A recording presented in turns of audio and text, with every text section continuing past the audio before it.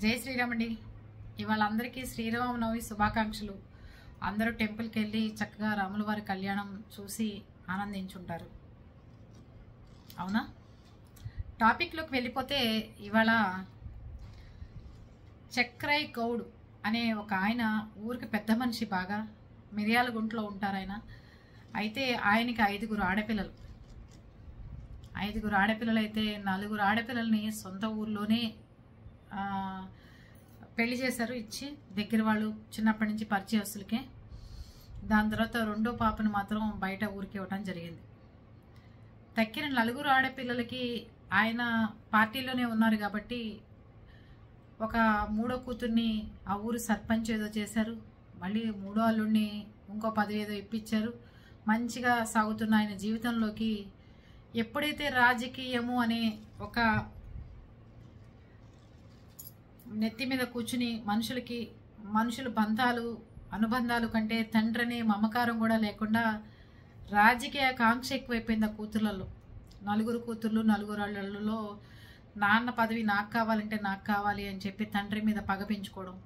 ఆయన అక్కడి నుంచి ఆ పార్టీ నుంచి ఇంకో పార్టీలోకి మారి అక్కడ కూడా ఆయన పెద్దరికంగా ఉండి అల్లుడిని ఎంత గొప్పగా పెద్దరికంగా ఉంచి ఆ ఊర్లకి ముఖ్యమైన పదవులు ఇచ్చినా కూడా వాళ్ళకి మామగారు అడ్డం కనపడుతోంది, మామగారు పదవి కనపడుతోంది. మామగారు ఆ ఊర్లో ఎదురు లేనట్టుగా బతకటం. కానీ ఏ కూతురికైనా తండ్రి గర్వపడుతున్నాడు, తండ్రి గొప్పవాడు అంటే గర్వపడతారు.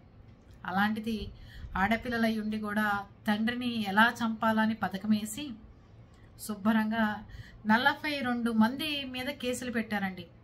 ఈ చక్రయ్య గౌడ్ గారి మీద విపరీతమైన కోపాలు, కూతుర్లకి అల్లుళ్ళకి మధ్యన గొడవలు, భేదాభిప్రాయాలు రావటం, ఊర్లో తగాదాలు పట్టడం అన్నీ స్టార్ట్ అయిపోయినాయి. అప్పుడు ఏం చేయాలని చెప్పి వేరే పార్టీ మారిపోవడం అన్నీ జరిగిపోయినాయి. తీరా చక్రయ్య గౌడ్ గారి మీద 4 కూతుర్లు 4 అల్లుళ్ళు, మనవరాళ్ళు మనవాళ్ళు ఇంతమంది హత్యా ప్రయత్నం చేసి ఆయన్ని చంపడానికి ప్లాన్లు వేశారు. దాంతోపాటు ఊర్లో వాళ్ళు కూడా కలిశారు. మొత్తం 42 మంది మీద కేసులు పెట్టారట. ఒక మనిషిని చంపడానికి ఇంతమంది ఆ ఊర్లో సహకరించారు. వీళ్ళకి ఇది మీరు చేస్తుంది చెడ్డ పని, మీ తండ్రి బతుకుంటేనే కదా మీకు పదవులు వచ్చేది, మీ తండ్రి బతుకుంటే కదా మీకు డబ్బు కాంక్ష ఎంత ఎక్కువ అవుతే ఎలాగా అని చెప్పి చెప్పేవాళ్ళు లేకుండా పోతున్నారండి. ఎవడైతే చెడ్డ పనులు చేస్తున్నాడో వాడికి సపోర్ట్ చేసే జనాలు కూడా ఎక్కువ అవుతున్నారు. ఈ మధ్యకాలంలో మనం చూస్తున్నాం. మంచి పని చేసేవాడికి, మంచిగా ఉన్నవాడు వెనకాల ఎవరు నిలబడే మనుషులు లేరు ఈ రోజుల్లో. ఎవడైతే చెడ్డ పని చేస్తాను, నేను వాడిని చంపుతాను, వీడిని మోసం చేస్తాను అన్నవాడు వెనకాలే బోల్డు మంది జనాలు ఉంటున్నారు. ఈ మధ్యకాలంలో నేను చాలా కేసులు ఇవి చూస్తున్నాను.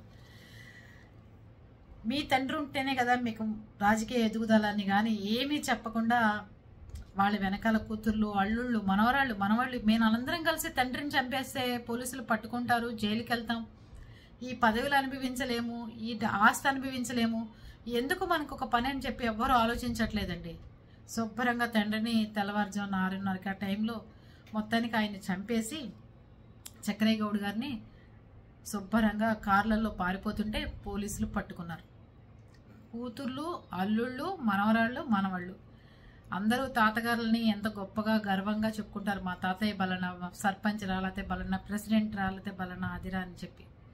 కానీ ఊరికి పెద్ద మనిషిగా ఉండి ఊరికి అన్నీ చేస్తూ సొంత కూతుర్లు అల్లుళ్ళ విషయంలో ఆయన ఆ రాజకీయమే చంపేస్తుందని మనం అనుకుంటామా చెప్పండి.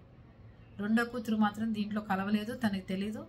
ఇప్పుడు ఊర్లో వాళ్ళతో కలిసి రెండో కూతురు భార్య కలిసి న్యాయ పోరాటం చేస్తున్నారు. ఇలా తండ్రిని చంపిన కూతుర్లకి అల్లుళ్ళకి తగిన శిక్ష పడాలి, ఉరి శిక్షలు వేయండి అని. నిజంగానే వేయాలి కదండి ఉరి శిక్ష. ఏం చేయమంటారు చెప్పండి ఇలాంటి మనుషుల్ని?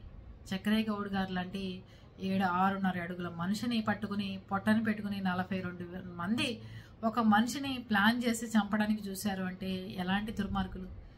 తండ్రి ఎత్తుకుని గోరుముద్దలు పెట్టింది ఎవరికి కనపడలా. ఈ మధ్యకాలంలో చూస్తున్నానండి, కొడుకుల కన్నా కొంచెం మానవత్వం ఉంటుందేమో. ఈ కూతుర్లు మరీ కొడుకులు ఏంటంటే పలానా వాళ్ళ అబ్బాయిరా, వాడు అలా చేశాడరా ఇలా చేశాడరా అంటే బయట వాళ్ళకి సమాధానం చెప్పుకోవాలి, పరువు పోతుందని చెప్పి ఆలోచిస్తున్నారు. కూతుర్లు అయితే అది కూడా ఆలోచించట్లేదు. ఒకటితో మనకి పని ఏంటి, మనం వేసేద్దామంటే వేసేద్దాం అనుకుంటున్నారే తప్ప ఇది తప్ప కరెక్ట్ అనేది ఎవ్వరూ చూట్ల. అవునా కదా? ఇట్లాంటి మనుషులకి ఎలాంటి తీర్పు ఇవ్వాలంటారు, ఎలాంటి శిక్షలు పడాలంటారు? రామరాజ్యం లాంటి శ్రీరాముడు స్థాపించిన రాజ్యంలో మంచి మార్గంలో నడవంట్రా, నేను చూడు మా తండ్రి గారు ఏం చెప్తే అది చేశాను, నేను చూడు మా తండ్రి గారు అడవికి వెళ్ళమంటే అడవికి వెళ్ళాను, ఇలాంటి మార్గంలో మీరు ప్రయాణించండి. తమ్ముడు అంటే ఎలా ఉండాలో లక్ష్మణ్ని చూసి నేర్చుకోండి, అన్నదమ్ములు ఎలా ఉండాలో భరతుడు శత్రుఘ్నుని చూసి నేర్చుకోండి అని చెప్పి, ఏది మనకి వదిలిపెట్టి వెళ్ళిన రామరాజ్యంలో పుట్టి మనం ఇలాంటి దుర్మార్గులు శూర్పణకులు ఉన్న కూతుర్లని కని ఆయన జీవితాన్ని నాశనం చేసుకున్నాడు అంటారు. చక్రయ్య గౌడ్ గారికి ఆత్మశాంతి కలగాలని.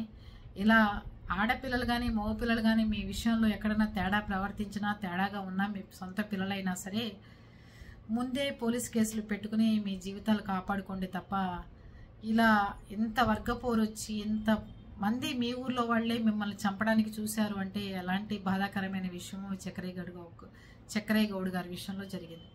ఓకేనా? ఇలాంటి కేసులు మళ్ళీ మనం వినపడకుండా ఉంటే బాగుంటుందండి. ఎందుకంటే మానవత్వం లేకుండా పోతుంది. కూతుర్లు తండ్రిని చంపడం ఏంటండి?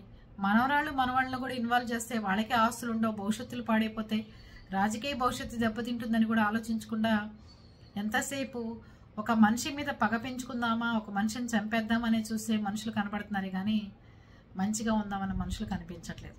మీరేమంటారు దీనికి? ఓకేనా?